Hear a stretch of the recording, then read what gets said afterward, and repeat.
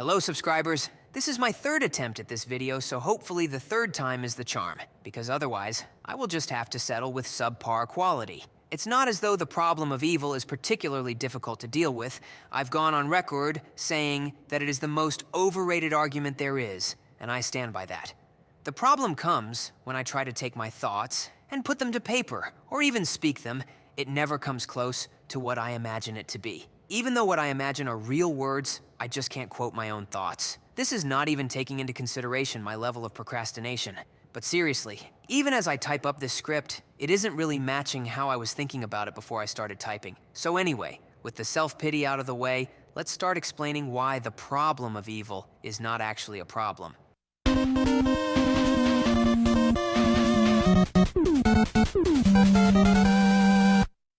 First, we have to ask, what exactly is the problem? How is it a problem? Who is it a problem for? Well, actually, before even that, there is a clarification that needs to be made. A distinction between evil and suffering. Now, although the Bible will use the term evil to describe calamity, I don't think it's helpful to lump these two under the same term. For the sake of this video, evil will only refer to moral evil, acts committed by conscious agents that are antithetical to objective good. What is sometimes referred to as natural evil, natural disasters, disease, and the like, I will just refer to as suffering. And my main focus will be on the problem of suffering, since evil is completely covered by free will and covered so well that it doesn't even feel necessary to make a video on it. Seriously, if anyone tries to argue against free will, they have already lost the argument, for basically the same reason I don't take an argument made by an AI. Seriously, neither will I take them seriously. So the problem with suffering is actually kind of hard to define because it's not very logical. The argument is supposed to be something like, an all-good God would not allow this level of suffering. But that's like saying that if a lifeguard allows a person to drown, then the lifeguard must not exist. It just doesn't follow. There could be many reasons for the lifeguard to allow the drowning, and they don't even need to be justifiable reasons to defeat the argument. The reason the problem of suffering seems so strong is because it's actually a subset of what I would call the most underrated argument, the problem of divine hiddenness. Divine hiddenness at least has a kernel of logic to it. If someone slaps you, then you wouldn't assume they didn't exist. But if you pick up the phone and don't hear anything, it's more reasonable to assume that there is no one there. People don't go through some trauma and all of a sudden just assume there must not be a God. Their first thought will more likely be, why me, God? Or something to that effect. Then when they don't perceive the answer, that's when they choose not to believe. And your wallet. Nick, give him your wallet. What for? He's got a knife. That's not a knife. That's a knife.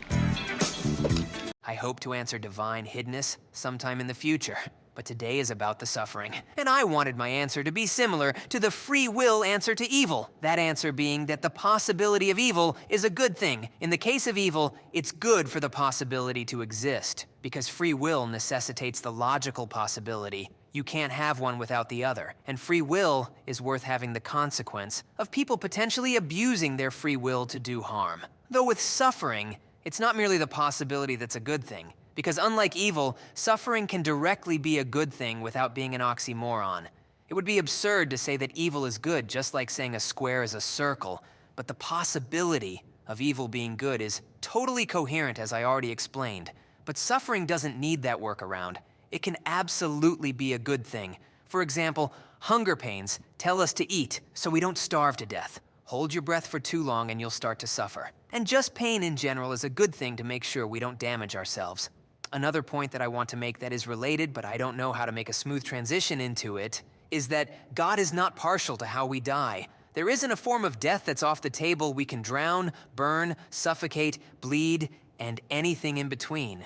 And that makes sense, because why should we need oxygen but be immune to suffocation, or die from falling but have unbreakable bones? It just isn't reasonable to assume God would arbitrarily limit the ways we can suffer just so we can feel better. Next point to remember is that God set up the universe to be intelligible. Things need to work in a predictable way so that we can do science and make reasonable inferences about how things work or what will happen. Think of a Rube Goldberg machine. When they work, they can be super impressive. But if the creator of the machine had to constantly interfere in order to make it work, then it's not so impressive. And if you're thinking that God performing miracles makes him less impressive for that reason, then you should also be aware that personal intervention can also be built into the machine. One great example of this, I found while looking for clips to show, was from a video called The Lemonade Machine.